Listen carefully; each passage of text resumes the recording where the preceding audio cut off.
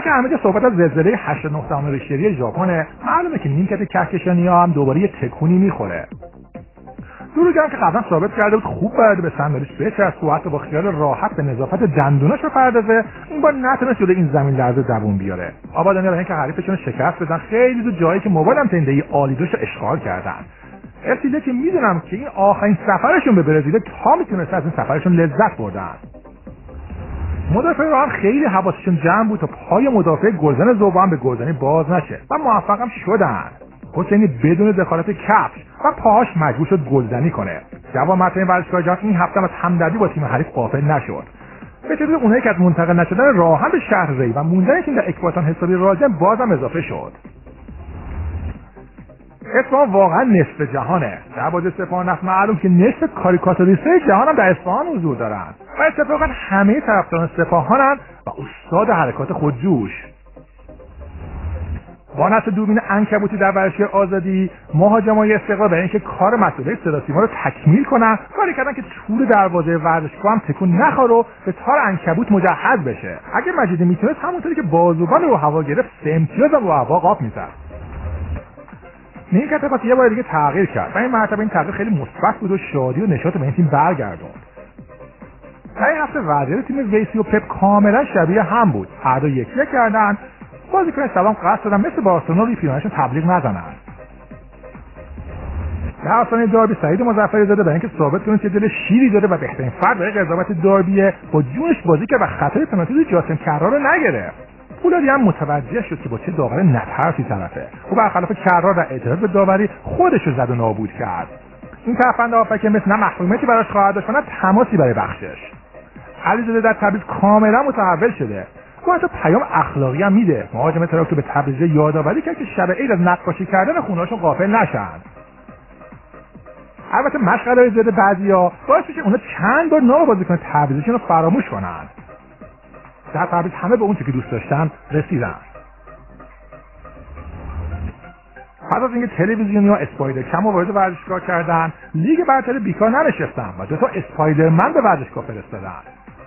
با این حال مردم ترجیح میدن همچنان اسپایدرمن رو از خونهشون ببینن نه اینکه به ورزشگاه بیان. محسن قهرمانی که تازگی حسابی خوش اخلاق شده به بازیکن پرسپولیس تقلب رسون که باید توپو کجا بزنن. اما مثل اینکه پرسپولیس برخلاف قهرمانی گوششون زیاد تیز نیست و اشتباه شنیدن. حضور چند سالی تییاگو هم در ایران باعث شده که او هم به ورزش سنتی کشورمون علاقه‌مند بشه. نشون دادن ورزشگاه آزادی از زوایای جدید باعث تا پرسپولیس برای ضرباتشون زوایای جدیدی رو پیدا کنند. حتی هلیکوپتر امداد هم نمیتونه به داد این پرسپولیس برسه. معلوم نیست چرا هر مربی که پاشو به قزوین میذاره کاری میکنه که شناخته نشه. پس از حمید درخشان این بار نوبت مجید جلالی رسید که مخفیانه پای این ورزشگاه بذاره و دست پر برگرده. قزوینی‌ها تا شنیدن تیم ملی واترپولو که از بهترین مربیان جهان آورده سریع مقدمات یک تمرین خوب اونجا فراهم کردن. با این وضعیتی که کسی نمیتونه رو پاش بیسته و عید عزیزی بتونه پیکان رو نگه داره. رضا نوروزی برای اینکه کفش طلایی لیگ تصادف‌ها از همین حالا داره خودش آماده میکنه.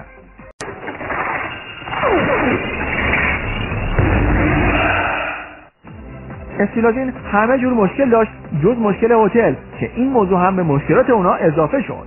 ما از طریق خود اونها اقدام کرده بودیم، از تهران اقدام کرده بودیم و بهانه‌ای که آوردن گفتن که پول به حسابشون واریز نشده. اما نوآوری که از آبادان فرستاده شد خلاف ادعای مسئولای استیلازین رو ثابت میکنه. مدت هاست قرار معلولان آبادانی صاحب جایگاه ویژه‌ای بشن. این جایگاه فعلا تابلوش آماده شده و همه منتظرن خودش رو ببینن. الان ما حدود 6 هفته که داریم ورزشگاه فقط تابلو دیدیم، هیچ ورزشی هم نکردیم. حالا دوباره ما مشاوره کردیم، پیگیری کردیم، شرکت نفت با این بودجهش با این اسم و رسمش یه جایگاه ویژه اگه شده ما خودمون پولش میدیم.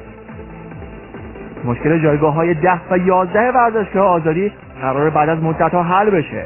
2 ماه پیش یه اتفاقی در سیستم تاسیسات موتورخانه استادیوم اکتزونفه رخ داد و یک مقداری به ستون وسط این سپه سرکوب که شما فرمودید آسیب مختصری وارد شد.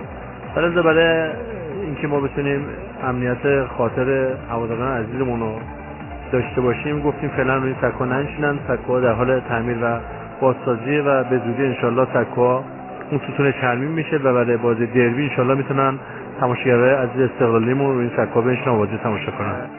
نفیای تهران معتقدند فدراسیون در بازگشت زود هنگام ملی پوشای سپاهان و عدم اومدن به موقع ملی پوشای اونا مقصره. بازیکن سپاهان و بازیکن مس بلیط براشون گرفته میشه و زودتر از موعد خودشون میرسونن به تهران، اما بازیکن ما که نیاز 100% این دو بازیکن قد بلندمون داشتیم امروز تو این بازی متاسفانه 4 صبح میرسن به تهران. روزی که تیم امید میخواست بره خطای هواپیمایی رو آقای فتایی چک کرد، تونستیم احسان آیستی رو 9 شب به اصفهان برسونیم.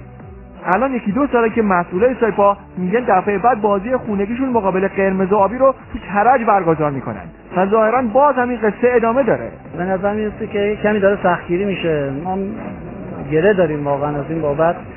احساس میکنیم که بازی حتما باید میزبانیشون بدون حق مردم هست. باشگاه هم آمادگی کامل داره که انشالله با همکاری مدیران آماده بکنیم فضا رو و انشالله بازی‌ها در آینده در اونجا برگزار. جای کرج که مثل اینجا نیست که آب بچکه همینجوری رو سر صورتمون. نه آب نمیشه که کورت شما قشنگ خیس شده این جایی. بله.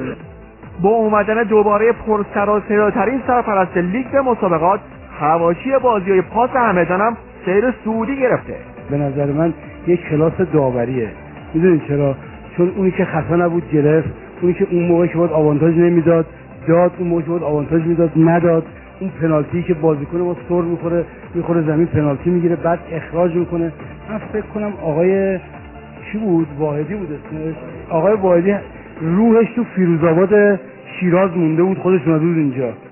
قصه قدیمی تعویض‌های فراز کمالوند اعتراض صمد معرفاوی رو به دنبال داشت. این کارا در حد محلات از لیگ برتر. آخره کسی که اونجا میاد به عنوان ناظر میاد، وقتی بازیکن میاد لبه خط تابلو میره بالا باید تعویض بشه. نمیشه 3 بار برو بیاد. این اصلا هیچ جای دنیا چنین چیزی نیست. در حالی که خیلی ها فصل پیش میگفتن سپاهان از اشتباهات داوری بهره برده، امیر قلعه‌نویی نظر دیگه‌ای داره. تمام فیلم‌های پارسال رو بیارید، اگه یه امتیاز ما رو منافع رو اشتباهات داوری گرفتیم من قبول، ولی الان تمام اشتباهات داوری 10 امتیاز از ما کم کرده. ظاهراً برای استقلالی‌ها اهمیتی نداره که نظر یورگن گده چیه، چون مترجمش رو در سفر عربستان جا گذاشتن. من پاسپورتمو اولی که اومدم استقلال ازم تحویل گرفتن و من فکر می‌کردم که تو لیست بازیگر آسیایی هستم. وقتی که من پرسیدم فهمیدم که تو لیست نیستم. بعد با آقای گده اینو اعلام کردم، ایشون خیلی تعجب کردن که چطور میشه که مترجم من نباشه تو این مسافرت. کار ترجمه رو کی انجام میده؟ من نمیدونم. من شنیدم که مثلا که آقای مجیدی این کارو انجام میدن. قرار تحولاتی در زمینه مبارزه با دوپینگ در فدراسیون فوتبال انجام بشه. الان ستاد ملی مبارزه با دوپینگ از این عمل کرد در واقع رضایت نداره. نادو نهایتا تصمیم گرفت که کمیته ضد دوپینگ فدراسیون فوتبال رو مجددا برگرده به نادو همانند 50 فدراسیون دیگه. هنوز که هنوزه کسی نمیدونه داستان منشور اخلاقی چیه و کیا منشوری هن و کیا نیستن. من 2 ساله در راستای این امر صحبت کردم با همه مسئولان، خودم شفاف سازی کنیم و رسانه‌ای کنیم. هر کسی اگه حالا میخوان آبروی کسی رفع کنن میان بگن که این آقا در موردش اشاعت شده نبوده، اگرم بوده منو به شخصر خواهشم بگن، ولی اگه نیست باید بگن، چون من نه این دنیا نه اون دنیا از اینا نمیگذرم. تیم اوساسونا در حالی که جواد نکونام رو در ترکیب داشت و مسعود شجاعی روی نیمکت نشسته بود، راسینگ سانتاندر رو 3-1 برد که جواد نکونام گل دوم اوساسونا رو از روی نقطه پنالتی زد.